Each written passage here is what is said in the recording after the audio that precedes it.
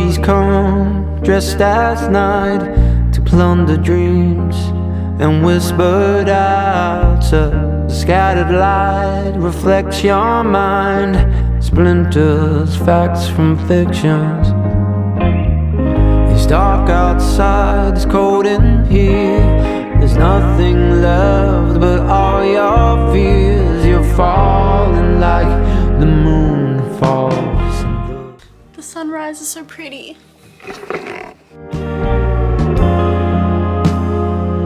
There's nowhere to land anyway.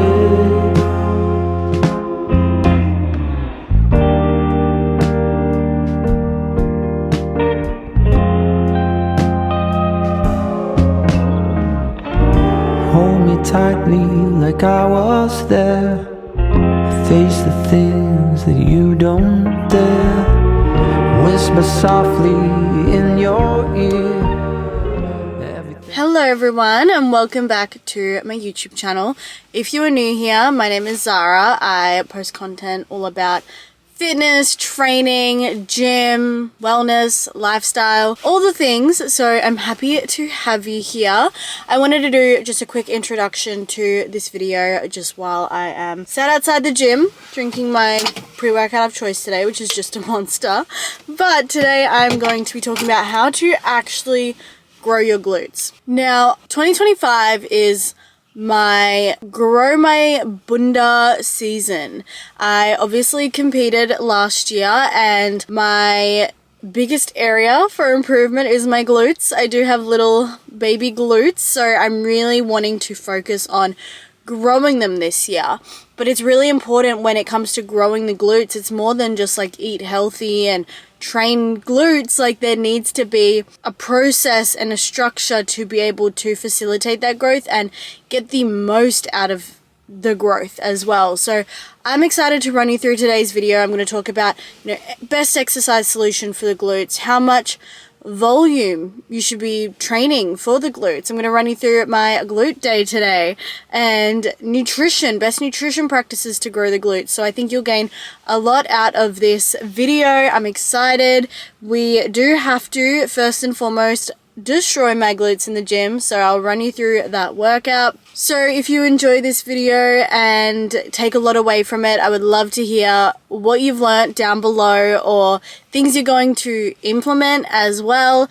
And let's make 2025, when steering away from wanting to be super skinny and always focusing on weight loss to getting strong, growing muscle, growing curves. If you're joining me, let me know. But like I said, if you do get a lot of value out of this video, make sure to subscribe for more support, like, do all the things. And without further ado, let's get straight on into it, starting off with my glute day.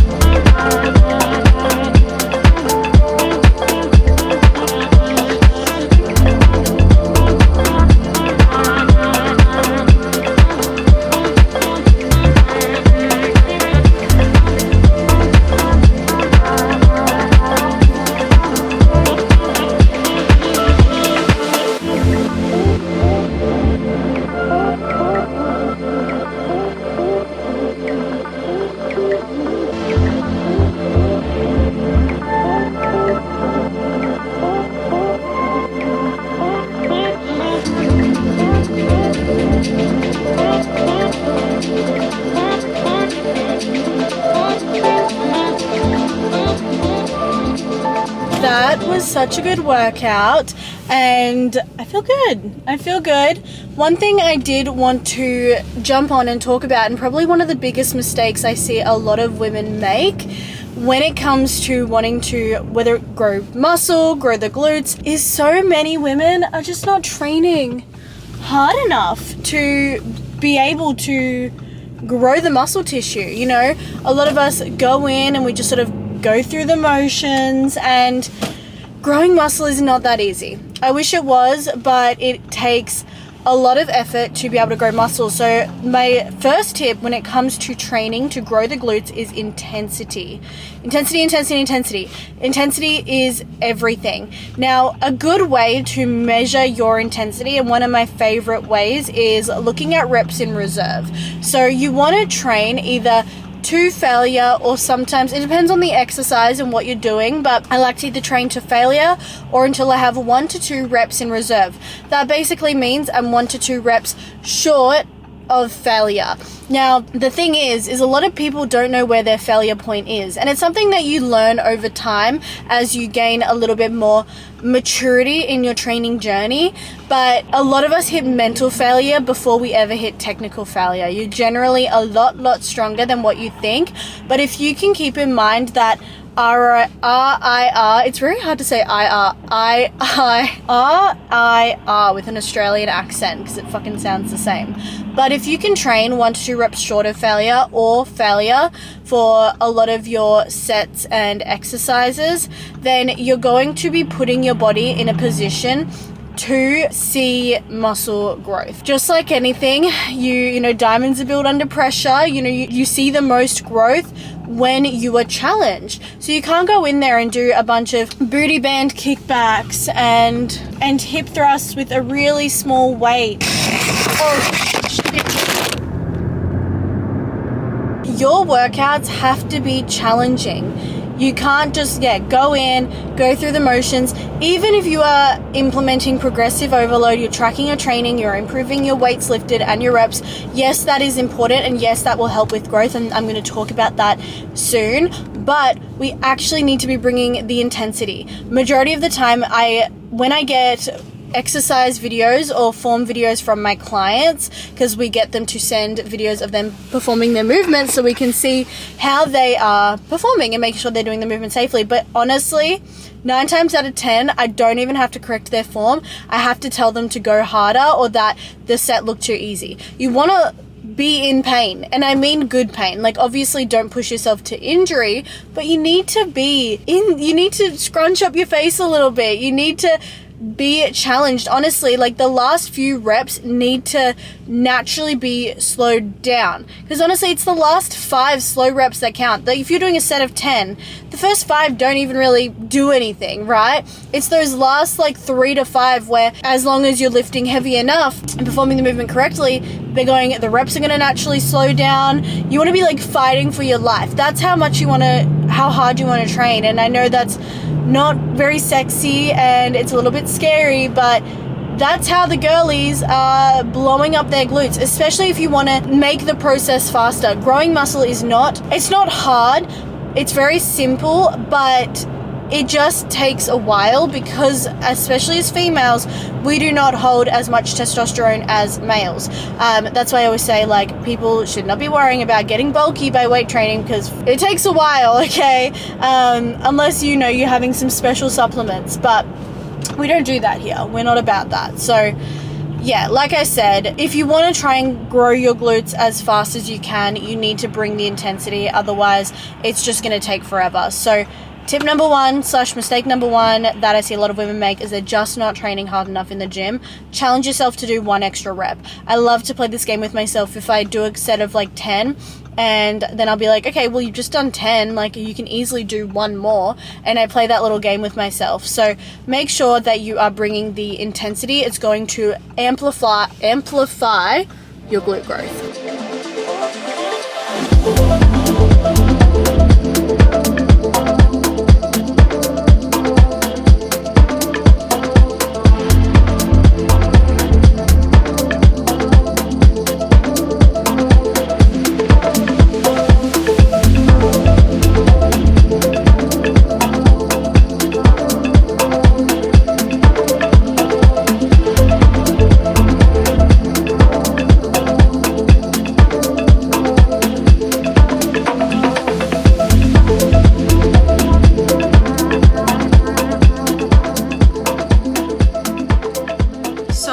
sitting down to eat my second meal of the day, and I want to talk about the second mistake slash thing you need to do to be able to grow your glutes. And something you may have noticed is I've shown you my meal before the gym, which is a big bowl of protein oats. Now I'm having a bagel with avocado and egg whites.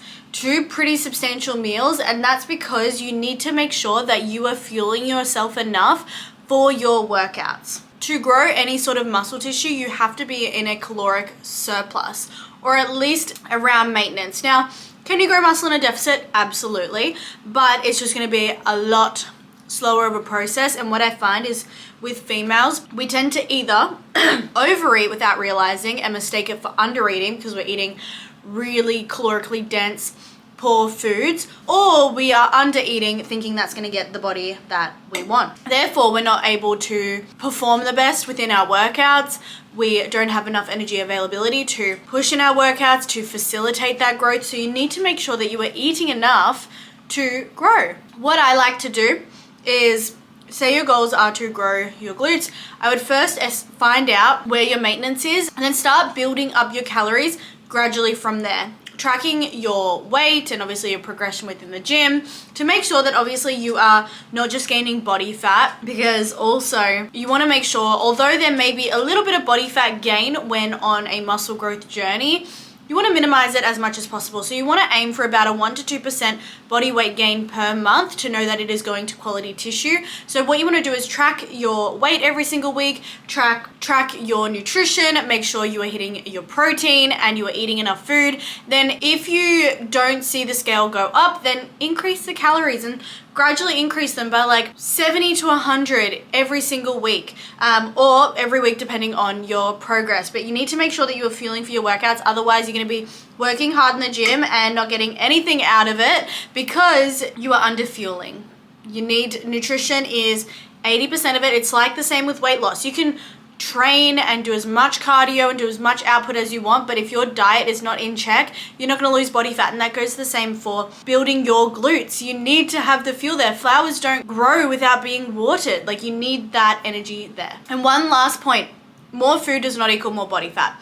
Yes, if you're in too much of a caloric surplus, you can gain body fat, but slowly increasing your food over time is not going to make you fat, is not going to be a worry at all. We need to get out of the mindset of always living in a deficit, always eating rabbit food. Enjoy your food. It's actually, I see a lot of people go through fat loss phases in and out and never make actual change to their physique, and they're left wondering, why isn't my body composition changing? It's because you're not spending time eating more. All right, everyone, class is in session. I decided to whip out the whiteboard that the window is clearly reflecting on so you can't see anything, and we're going to go through glute growth 101. And what is the bet that this is? I don't know, maybe you'll read it the right way. I don't know. But we're going through glute growth and everything we need to know. So when it comes to the glutes, we have three main glute muscles: the glute maximus, glute medius, and minimus. The glute maximus is the primary muscle that's going to be in charge of building strength and muscle. Medius is really important for hip stability as well as shape to your glutes. And then your glute minimus is going to really help with stabilization. And we need to make sure that we are targeting all areas of the glute, the min, the max, the med, to build the nice shape we want in the butt. So when it comes to our glute workouts, we do need to be smart with our exercise selection. We can't just do hip thrusts for the whole thing, because yes, that will help grow the glutes, but it's not going to give you the shelf. It's not going to lift the glutes. We need to make sure that we are hitting all areas, and I'm going to go through them. Class is in session. Let's talk about exercise selection. So when it comes to your workouts and specifically glute days, you have three types of movements you can do. Your compound movements, which are generally movements that use multiple muscle groups and movement patterns. So things like, say with like a deadlift, for example, you're using your core, you're using your back, you're using your legs. So these are generally, because you're using more muscle groups, are going to be more taxing.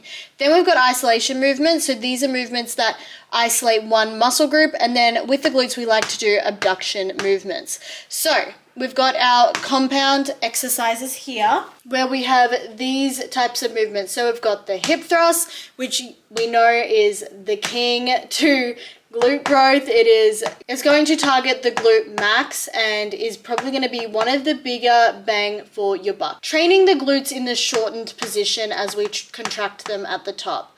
Then we've got our deadlifts. Now you can do Romanian or conventional. I'm a big fan of Romanian, and this is going to train the glutes in the lengthened position.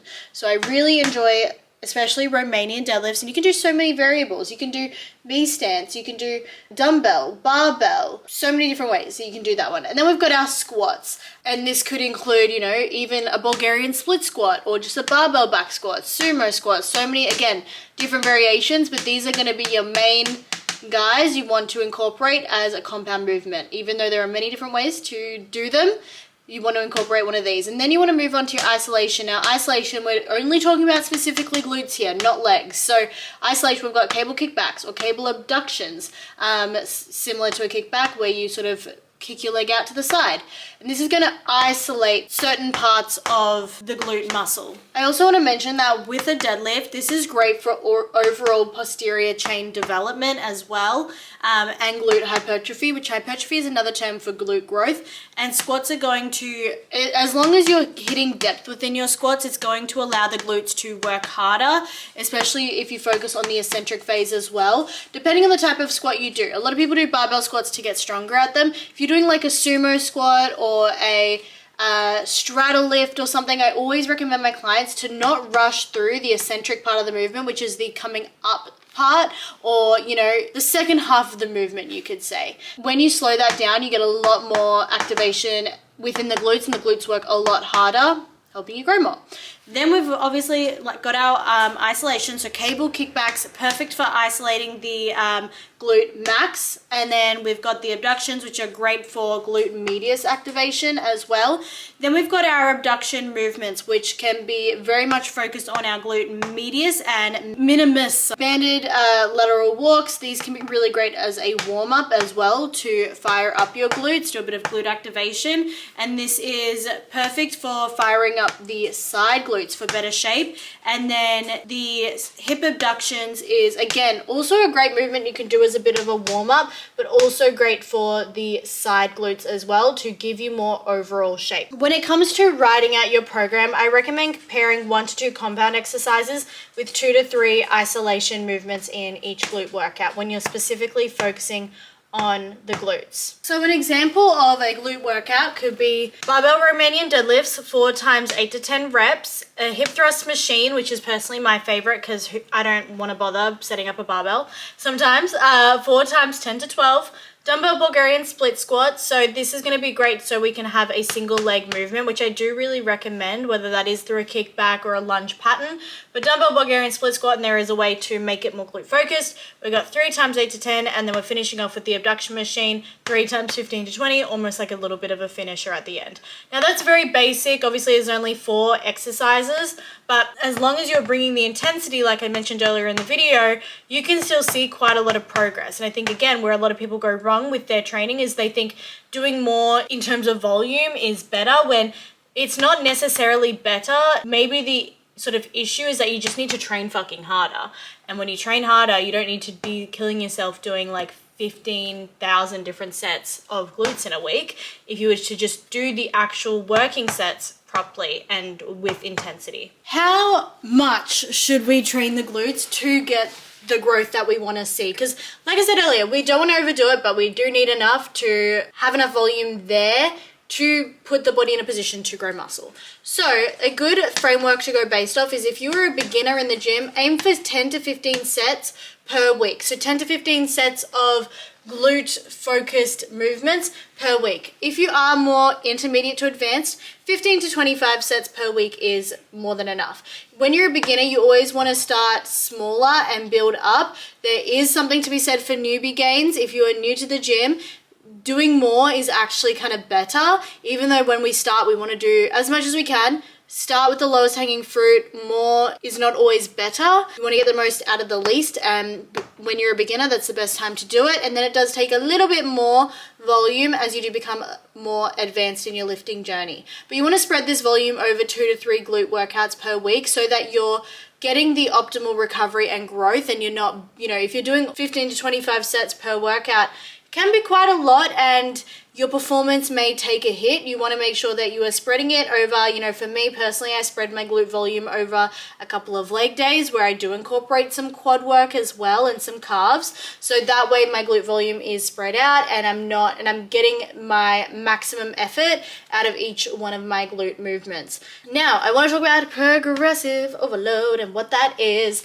Progressive overload essentially is a term about like progressing within your workout. So over time in your weightlifting journey, to get stronger and to create more muscle growth, you want to make sure that you are implementing progressive overload and that you're actually progressing with the amount of volume you are doing in each of your sessions.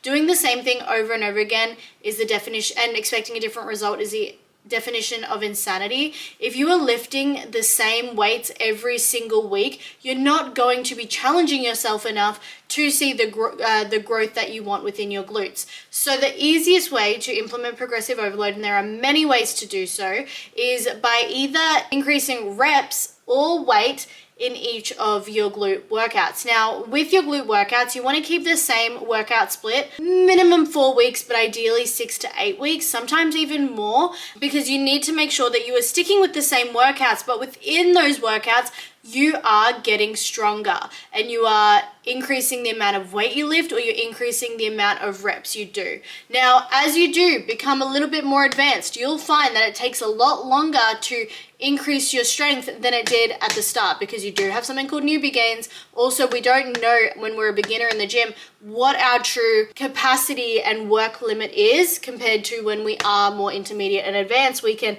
understand what actual failure is compared to this. So you will find that generally, not every week you'll be able to increase the weight you lift, or maybe even the reps. Hopefully you can, but if not, that's okay, because you can implement progressive overload in different ways. You can really slow down the movement and focus on time under tension. You can focus on mind-muscle connection even further. You can implement some intensity techniques such as a drop set or a rest pause, and I'm not going to go into those today, but I can go into another video. You could do static holds, you could do quarter reps, you could do partial repetitions, you could add in an additional set. There are many different ways you can progressive overload that isn't just from increasing reps or weight alone, but increasing your reps or your weight is generally going to be the best. And that's why when you see a lot of programs, instead of it saying three sets of 10, it'll be 3 sets of 10 to 12, because it gives you that rep range. You always want to try and aim for the top of the rep range. But if you fall short, that's okay. You can get that, that bottom end of the rep range. But once you've hit the top of the rep range comfortably, you know you can increase the weight. And overall, you're going to be able to increase volume over time, challenging your muscles and putting them in a position to break down so that they can repair and grow bigger and stronger. So that is progressive overload. Let's talk about maximizing growth and what we can really do to explode the glutes this year. First one, mind-muscle connection. I briefly touched on this a little bit earlier, but when you're doing your glute-based movements, and this is probably the biggest lesson I've learned in my own lifting journey, is you don't want to move the weight from point A to point B.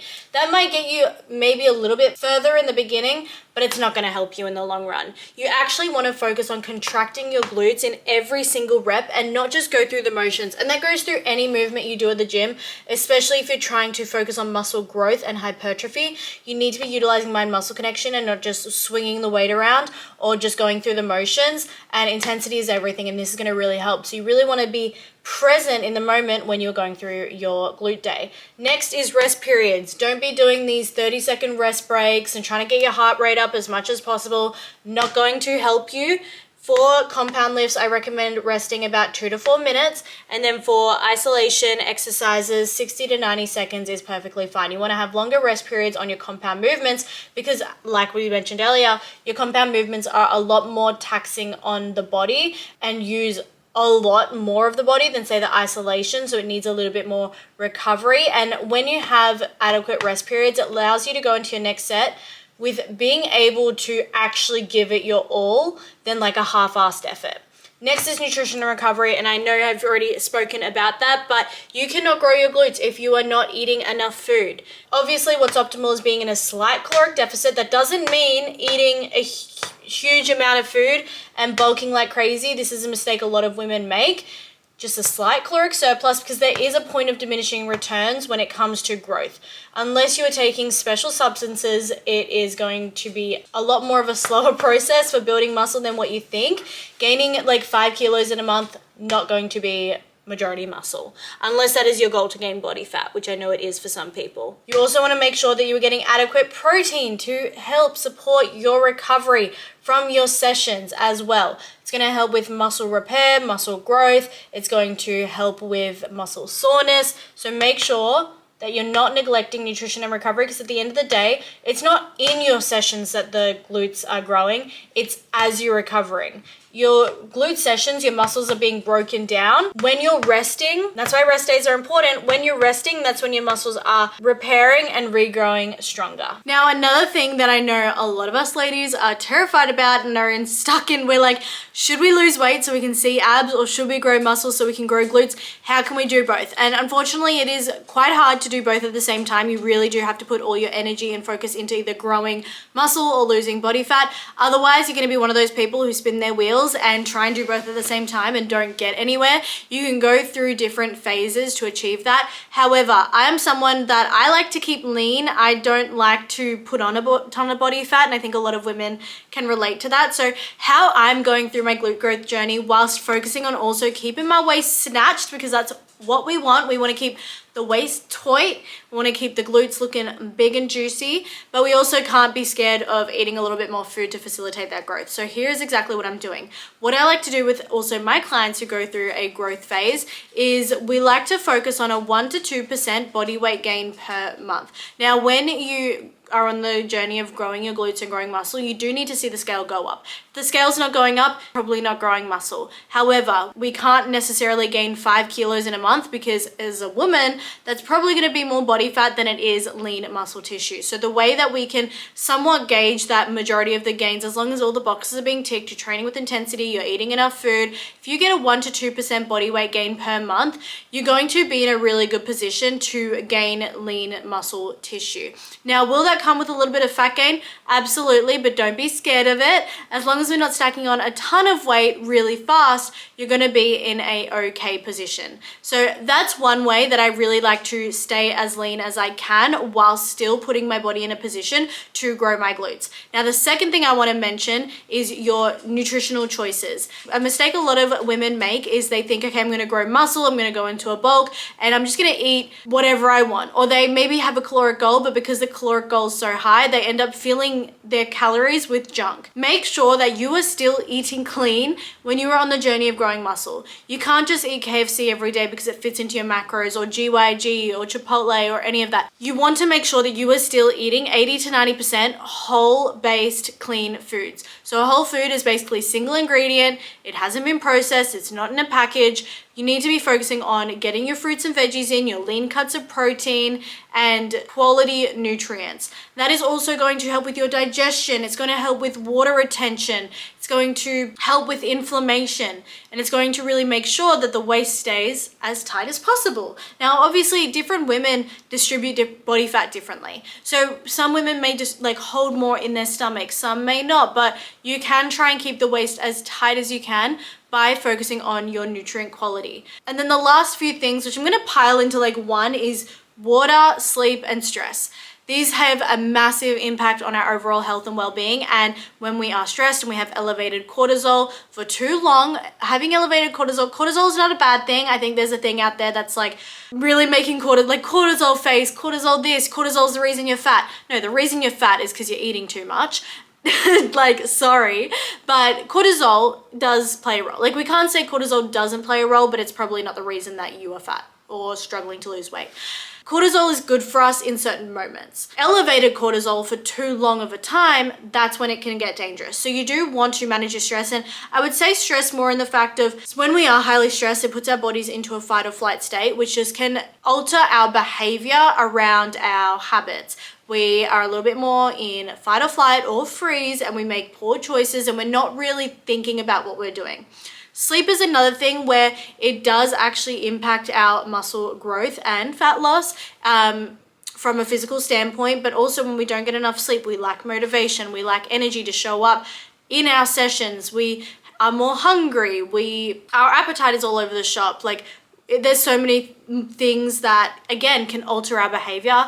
And then lastly, water. We should be aiming for our 2 to 3 liters of water per day, but it is really important, again, especially if you're someone who wants to keep the waist taut, drinking plenty of water so that you are flushing out your system. It's going to help with any water retention, especially if you are having high sodium foods, which, you know, you should be having sodium if you are training. It's really important, but making sure you are drinking enough water to support your digestion and all your other bodily functions as well. So that's personally what I'm doing to get big fuck off glutes whilst keeping the waist nice and taut. Also, I know I'm saying tight wrong. I just love to say taut. It just sounds so nice.